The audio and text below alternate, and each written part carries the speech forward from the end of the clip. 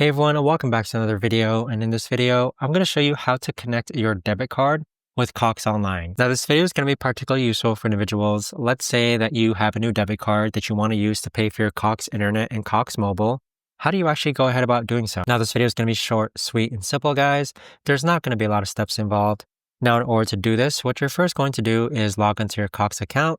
On the upper right-hand corner, you want to click on this icon here.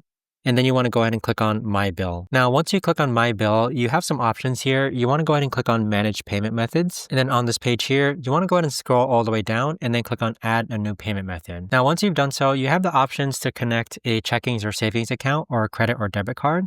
From here, you're just going to select credit or debit card and fill out your debit card information and then click on Add a New Payment Method. But there you have it, guys. That right there is the best and easiest way that I know of to actually go ahead and connect your debit card with Cox Online. If you guys know of a better or easier way to actually do this, let me know in the comments down below. I would love to know. Thanks so much for watching, everyone, and I'll see you guys all in the next video.